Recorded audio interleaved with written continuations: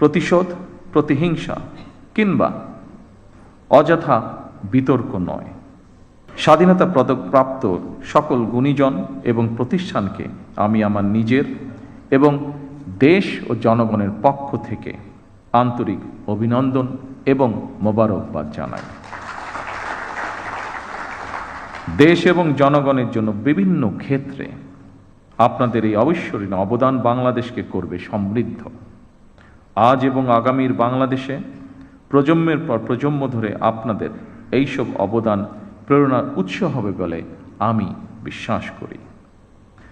বাংলাদেশের গণ্ডি পেরিয়ে স্ব ক্ষেত্রে আপনাদের অবদান এবং সফল কর্মগুলো অদূর ভবিষ্যতে বিশ্ব দরবারেও সমাদৃত হবে বলে আমরা দেশবাসী বিশ্বাস করি দৃঢ়ভাবে। সম্মানিত সুধীবৃন্দ, অসংখ্য প্রাণের বিনিময়ে আমরা একটি স্বাধীন বাংলাদেশ পেয়েছি। সেই বাংলাদেশটি এখন 55 বছর পার করে ফেলেছে।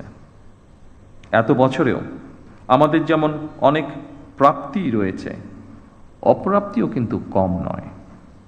সুতরাং আমাদের প্রত্যাশিত স্বনির্ভর সমৃদ্ধ বাংলাদেশ গড়তে হলে প্রতিশোধ, প্রতিহিংসা কিংবা অযথা বিতর্ক নয়।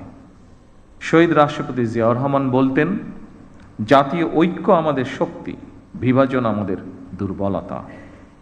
সেই কথা স্মরণ করেই বলতে চাই, আমাদের পথ মত ভিন্ন হতে পারে, আমাদের মধ্যে বিভিন্ন ইস্যুতে বিতর্ক বিরোধ থাকতে পারে, তবে আমাদের মধ্যেকার বিতর্ক বিরোধ যেন শত্রুতায় রূপ না নেয়।